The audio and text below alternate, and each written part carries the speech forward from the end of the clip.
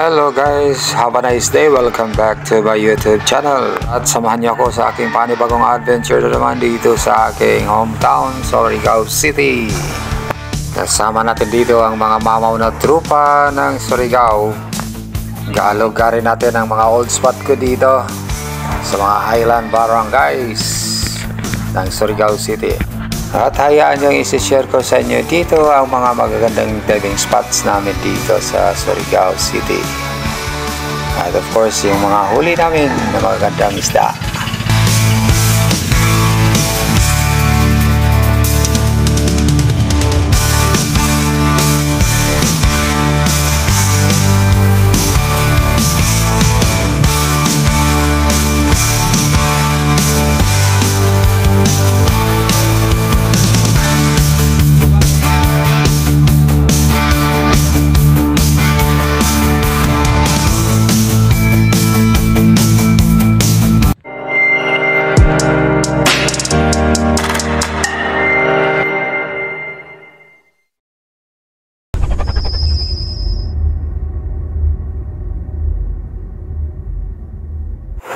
Have a nice day guys, so let's go.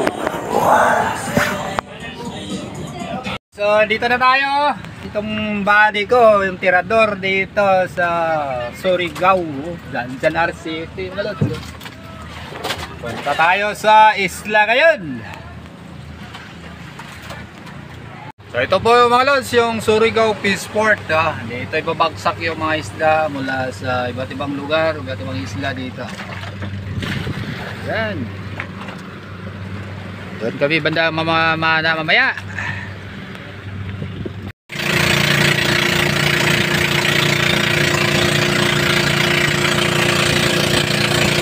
Mga lods, dito din ang mga kaibigan natin, Good Jow ng Surigao.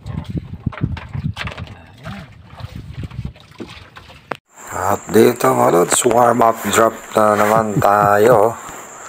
Napakalinaw ng tubig ngayon dito. Usually malalakas ang agos ng dagat dito, kaya tinatiming lang namin na mahina yung agos.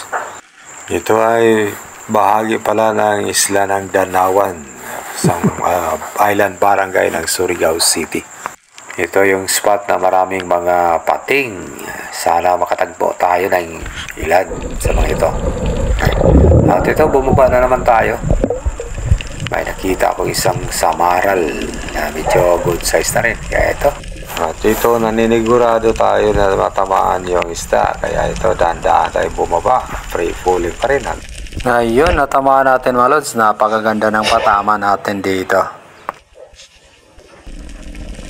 At gamit pa rin natin dito yung 160 natin drop barb sit up.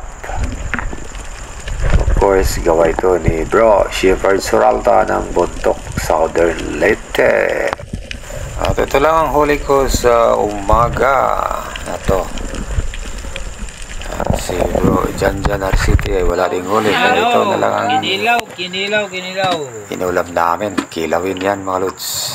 Masarap syempre. Pagkatapos ng tanghalian natin ito, nagre-relax na naman kami. Patulog-tulog muna.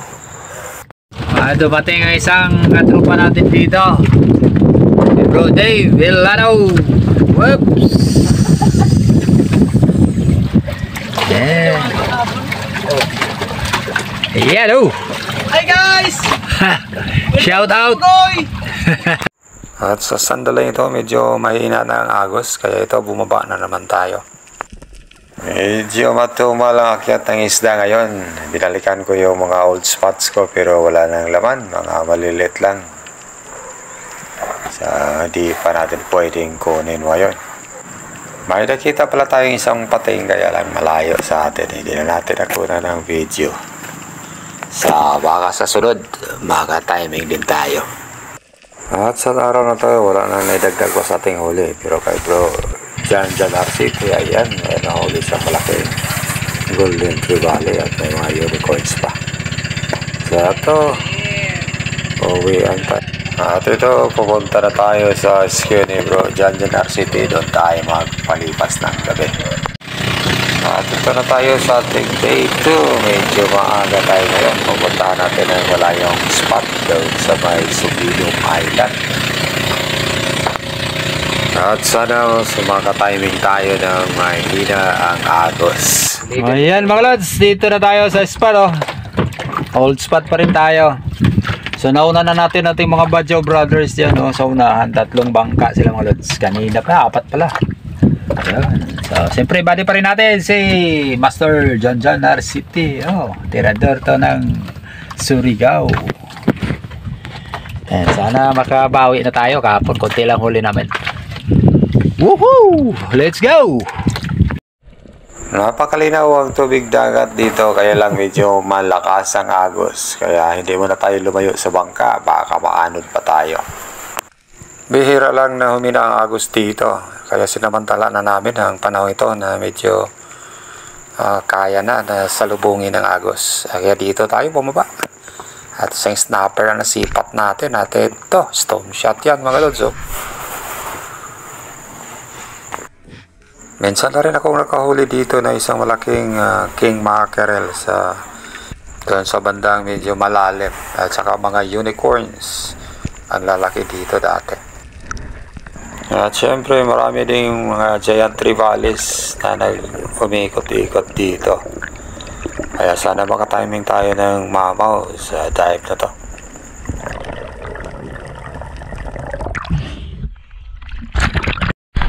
Ayan mga lads, ating first fish of the day. Ayan, ay sorry. Parang nabingwit lang. Oh, Shepherd yan.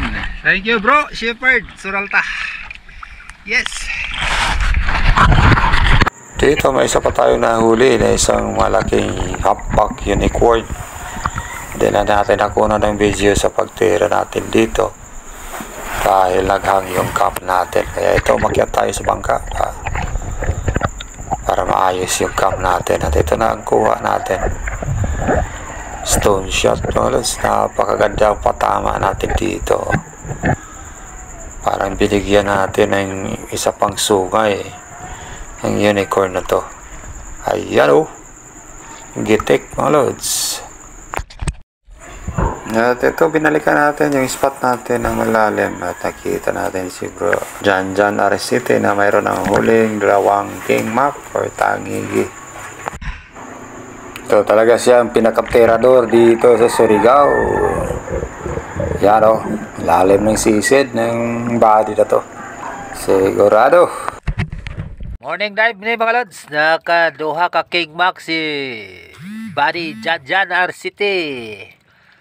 Ako sa lang ka humpback unicorn o snapper nga gamay oh. Pwede na. At pagdating ng hapon, lumipat na kami ng spot at dito na kami sa Barangay Alang-Alang. So ito, medyo mababaw ang spot na to at medyo okay pa naman ang visibility niya. Dito, dati may mga sightings din dito na malalaking GT at mga king macs. Marami ditong mga sweet lips dati at mga unicorns.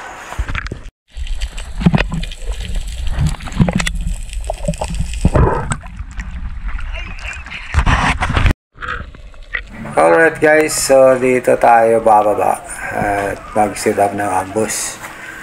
May sightings tayo dito ng mga black drummers or ilak ang tawagin o lupak dito sa Surigao. So yan, nagmamasid lang tayo, nag-aantay na lalabas sila sa kanilang mga lungga. Pagalagala lang yun kanina habang nasa taas pa tayo.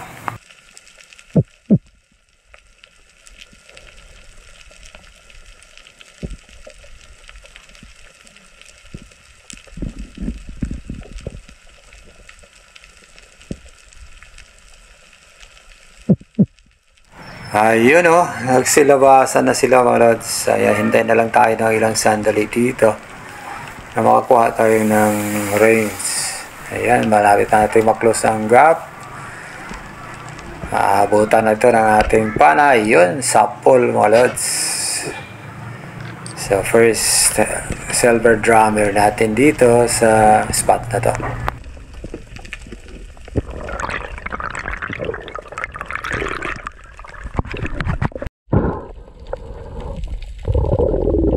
Yan o mga lods, nakabitin na sa ating drop bar ang ating ilak or silver drummer. Yan. Sa drop na ito, target ko pa rin ang mga silver drummers na nasa baba lang.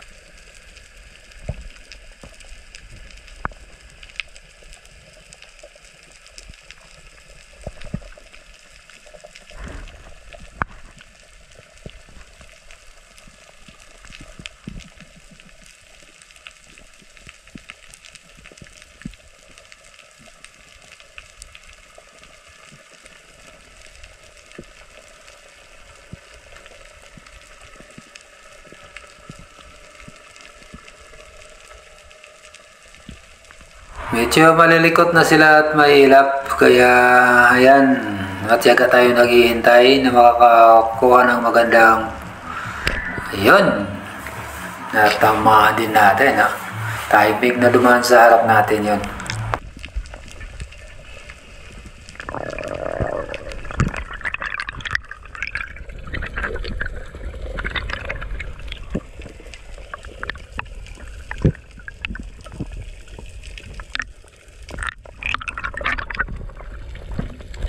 At ito na naman ang ating second silver drummer of the day.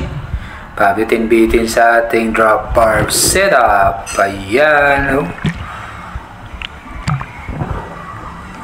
Walang kawala mga loads. Ayan, drop na naman tayo. Ganun pa rin ang ating target, mga silver drummers.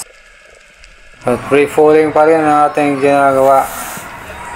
At dito makikita natin na maganda na ang mga corals dito. Medyo nakabawi na mula nang nabagyo kami ni Odette. Napakalawak na nasira sa mga corals namin dito sa Surigao. Dulot ng bagyong Odette na yun. Dati ang gaganda talaga ng mga corals dito. Mga soft corals ang karamihan. Lakas kasi ang agos dito. Ngayon lang kumalma. At ito, mayroon na tayong nakitang mga isda dun sa medyo malayo. Antay na lang tayo na makalapit ang mga yun. Sige, namimili pa rin tayo sa ating titirahin. Selective hunting pa rin. Ayan oh. Sapol mga lods. Medyo malaki na din yan.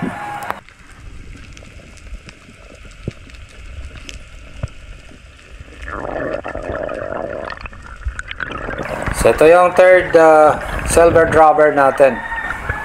Sa pag-angat natin, nakita natin na nandito lang pala sa tabi ang mga kasama natin. Yun din ang target nila.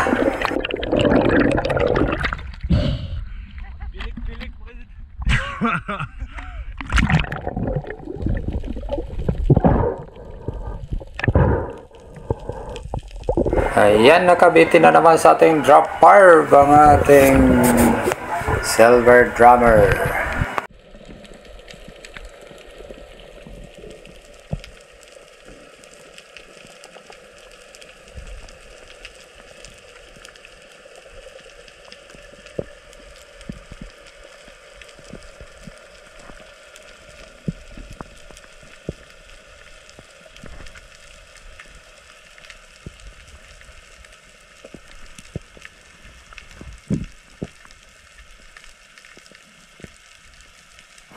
At sa drop na ito, nahuli natin ang ating last fish of the day sa uri ng sweet lips na medyo malit lang, pero pwede na rin. Yan, hintay lang tayo na makalapit at natira natin ang maayos. Ayun oh, sapol. So yan ating last fish of the day sa uri ng sweet lips. At dahil medyo malayo pa ang uwian namin, doon pa sa kabilang isla, kailangan namin maagang uwi doon at maibenta yung isda na huli namin. Yan mga lods, ang huli namin sa hapon na to, sa buong araw pala. Yan, dalawang king mac kay bro, dyan. Tsaka yung mga, yan o. Sa akin naman itong, yan, unicorn, isang snapper. Saka itong mga silver drummers at saka isang malit na sweet lips. Yan. Pwede na. At ito guys, pang third day na namin do. Maaga kaming umalis mula sa Kantiasay. Papunta kami sa isang spot na kung saan binalikan ko dito kung saan nahuli yung aking personal best. So dito mismo sa area na to, dumaan yung malaking GT na 35 kilos. About 3 years ago. So naalala ko pa ang hilaan namin na ginawa. Napakalakas ng isdang to.